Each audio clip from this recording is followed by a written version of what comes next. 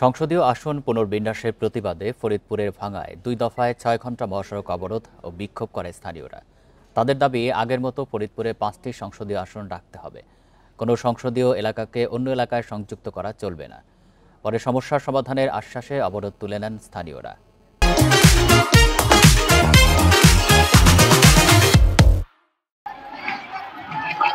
স্থানীয় প্রশাসনের আশ্বাসে শুক্রবার দুপুরে ফরিদপুরে ভাঙ্গায় সড়ক অবরোধ তুলে নিলেও বিকেল 4টার দিকে আবারও অবরোধ ও বিক্ষোভ করে জনতা।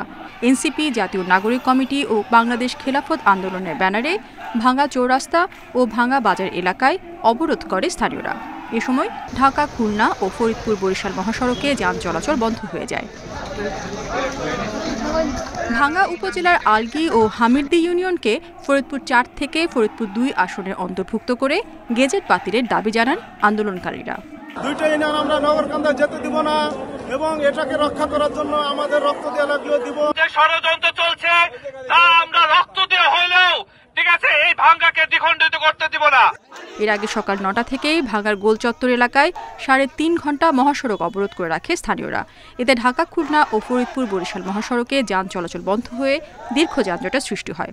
পরে 3 দিনের মধ্যে বিষয়টির সমাধানের আশ্বাসে দুপুর 12:30টার দিকে সড়ক অবরোধ তুলে নেয় বিক্ষুব্ধরা। আমরা কিন্তু এই বিষয়টা নির্বাচন কমিশনকে ইতিমধ্যে জানিয়েছি, আমরা ডিসি স্যারকে জানিয়েছি, বিভিন্ন ঊর্ধ্বতন কর্তৃপক্ষকে জানিয়েছি। আশা করি এই বিষয়টা একটা ভালো সমাধান হবে, যেটা সবার জন্য ভালো। বৃহস্পতিবার নির্বাচন কমিশনের গেজেটে ফরিদপুরে 2টি সংসদীয় আসনের সীমানা পরিবর্তন করা হয়। এর মধ্যে ফরিদপুর 4 আসনের ভাঙ্গা থেকে আলগী ও হামিরদী ইউনিয়ন বাদ দিয়ে ফরিদপুর 2 আসনের সঙ্গে যুক্ত করা হয়।